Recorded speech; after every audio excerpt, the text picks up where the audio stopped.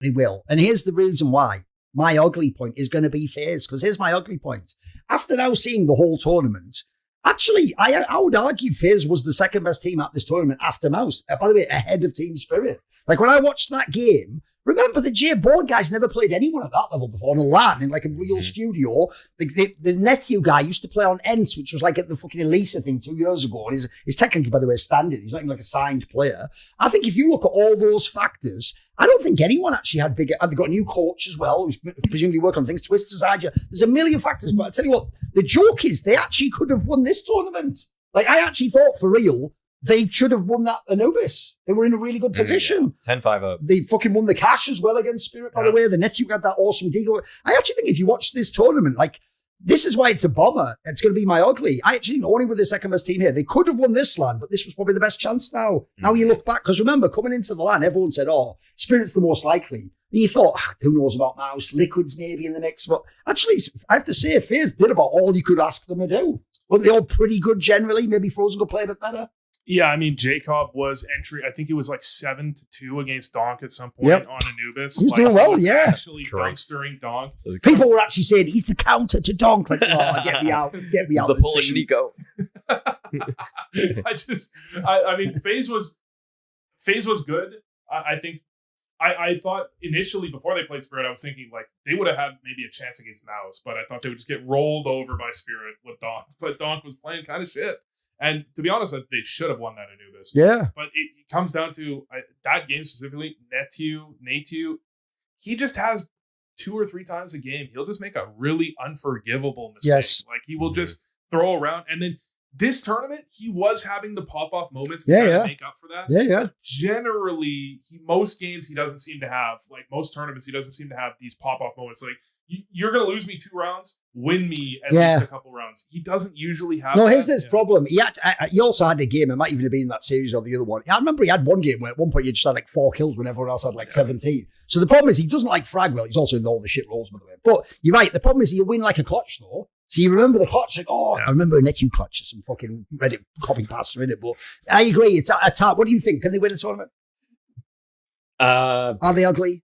I mean, I would say that the Jay Bowen is at least a prospect. Yeah. I would just put that out there. I don't know what I think of Natu. I think there might be a better anchor on the market. I think the cash moment is going to be seared in my brain. But and actually, he had some good Dust 2 defenses versus Spirit, which was surprising. I mean, I'll give you one. Look, no one knows, because sadly, the worst thing about Twitter at the moment is all those like gambling skin sites just do that thing where their social media is just live. They just make up. So I saw there was a tweet where they were claiming that's where JL's going. Like maybe he's going to join. Maybe he's going to join and sit in it. So, look, if that was true, it'd be interesting. I might just be complete lies, unfortunately. Who knows about that? I guess for the poly market side of it, circling back to that, I guess if it were a JL, actually, that would give them a much better chance. Yeah, it would. That's kind of where you're, because I actually, just to feed into that, I mean, Natu doesn't have a, it's like some weird thing of like a loan kind of where he's benched on ENCE actually, and so I mean, FaZe would be an organization of the stature that would actually probably net somebody like JL. So you kind of have to put 2 and 2 together to think they have a better chance, because then if they have a JL for Natu, then that's kind of like that's actually a team that I could think could win a Thunderpick World Championship. That's kind of the tournament where Frozen twist JL. Why wouldn't you? You also, my joke, the obvious one is when JL joins, he'll be get there like, "Where's Carrigan?" and he'll mean it. Like, "Oh, we're gonna win the major or something." Like, "Oh, you left, bro." Like, "What the? I was only out of the game." Oh, I'm a big fan of Brokey. I know. Okay, let me be a role cell here for a second. Yeah, exactly. Where my boy Brokey at? Fucking like Baltic states rise up. I think JL has watched Brokey for long enough to know that. Okay, fair enough. Okay. Because it's true, the Jay Bowen guy's good, isn't he? No, Jay Bowen's nice. I like him. I'm going to be a role cell for a second.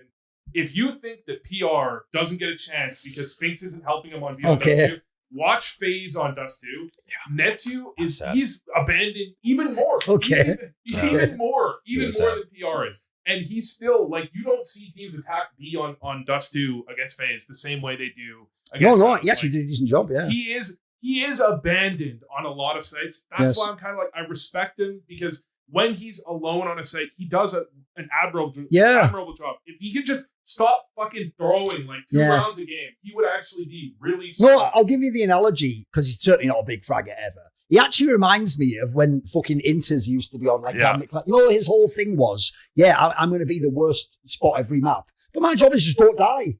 You don't, not to kill people. That's a different equation. It's just like hide, waste time, bait people out, make them waste utility. I think he does it because he also plays Bianca on Mirage, as you can imagine. He plays all the despicable spot shot dead fox. I would say Nate's a much more explosive player than Inter's from this tournament. I don't know if I always saw that. His Prior to deal this was good, tournament. obviously, yeah. Yeah. I think Inter's also stays alive a little. I think actually he prioritized staying alive to a fault. It was almost just like, you have to shoot at some point. You have to kill them. You can't just buy time for Axel and Shiro every round.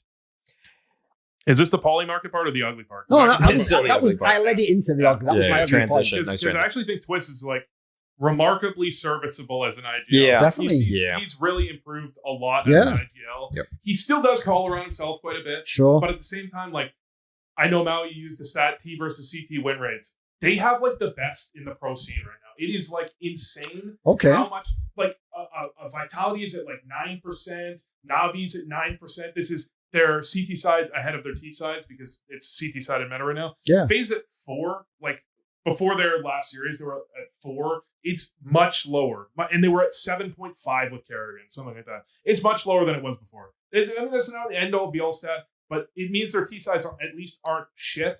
And that speaks to something I think Twist has improved as an IGL. Because I think on Liquid he was... Also, I'll give him credit, right? Here's the difference. Exertion on Mouse does like get the gun, get the position. He's just the god emperor boy. He's living the dream. Twist actually does even do like respectable stuff, like give the AK to like Forsen or some other player, and actually not always like he definitely calls around his players though. But that's just because that's his way to read the game. Yeah.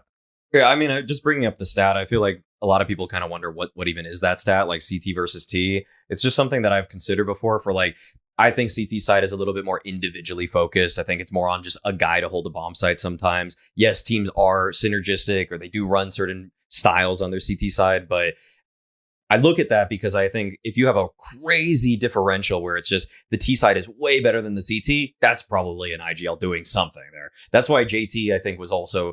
I hyped him up last year because the complexity / passion UA or whatever teams had weirdly good T sides. And then you looked and their CT sides were pretty bad on a lot of maps. And they even played a couple of the maps that you would say are very CT favorite, like Overpass, for example. So that I always found extremely impressive. By the way, even though it's just a minor grievance, that's also why I'm glad they're not on Passion UA anymore.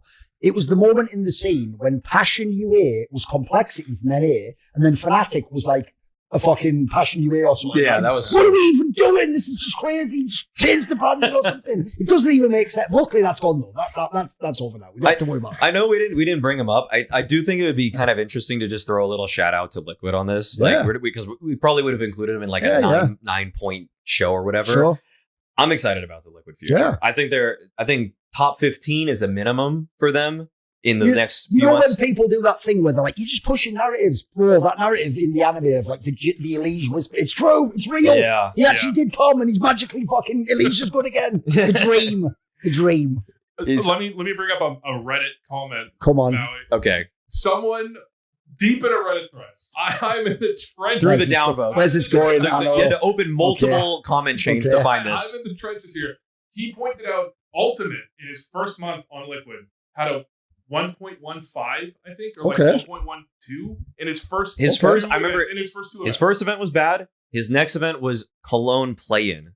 Yeah, and then it was like the actual main event at Cologne, and I think he did serviceably well when they lost. Okay. So his stats were about what we see on Jorko. Oh, and right. then a month later, everyone realized he's a... Oh, so that's the question mark for you, is Jorko actually good? I actually think he's good.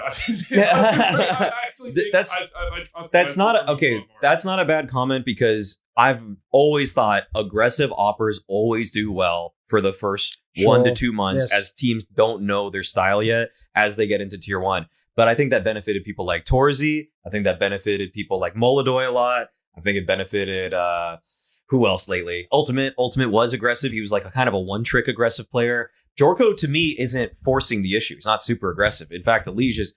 I got to look at the attempt numbers and stuff like that, but it's Elige is taking so many of the entry duels, and Jorko is filling behind. I have more faith in an opper that can fill behind, hit the consistent shots and everything. And I mean, I've talked about his aim style too, and I just think he's not just flicking at the first thing on his screen. Like sometimes Ultimate would he just sees a little pixel moving and he tries to hit this ridiculous flick, which is actually why the eye test on Ultimate at times was absurd. It was so crazy, but he had no discretion on when he fired. It was just like, it's just reacting to anything going on. It's like a cat, with a laser on the ground or something. It's gonna attack it. Even though obviously we're going in tangents here, I also hate the scene so much. When they cut Ultimate, and then he had that one good game in the ENC tournament, right? And everyone was like, time on Liquid doesn't count. It's like, that was against Czechoslovakia's Team Czechia. Like, if he was playing them every tournament, maybe he would pop up. By the way, does anyone listening, even from Czechia, even know the 5 players on Team There's like Czechia? no PR, then who's left? I know, it's outrageous, isn't it? Yeah, exactly. Like, who even is it? He's not even playing, he's on mouse. It's just nobody's. By the way, that's almost like my favourite one. They don't do it that much now because he's good. Anytime Zemu ever had a bad tournament, it's real. On Reddit, some Zemu fan would just post the next day like, yeah, but look at this basic Pog where he dropped 45 kills. It's like, what does that got to do with anything? They're just reaching for straws now, bro. That's crazy. Okay, I'll tell you what though, we're going to do a fan topic now because we launched LFN Premium. So if you sign up to LFN Premium at Last Free Nation, it costs $9 a month, but you can also get it you get the whole year, you get it for $90, so you make it go down to $7.50. One of the things you can do on this show is you can actually suggest a topic and we'll read out your name, do it via a Discord once you've signed up. By the way, when you sign up also, you can pick your favorite show, and if you pick Snake and Banter, then me and Maui actually get a percentage of your subscription for that. And what we'll do also, as well as a topic each week, assuming people submit them, is if you submit to the Discord, there's also a question and answer part where if you put that the show is Snake and Banter in this case and put a question, we're going to at the end of this episode do an exclusive Q&A, like 10-15 minutes, where Vu will join us and do some question answer just from fans, and that will be behind the paywall for people who are actually subscribers. And if you're a subscriber in your podcast platforms, you get every LFN show without ads, and it's on those platforms. It'll just still go to your devices, etc. So here is the topic that I have chosen for this one, because if I go into the topics, let's see. Oh, here's a good one. Actually, we'll do this one. Skeletal System says, in League of Legends, scrims and scrim results are often a big topic of communication. As an aside, I'll tell you what he means by that. See more cool, funny, interesting clips based on topics from my content? Well, subscribe to this channel then, or, be a pleb and don't.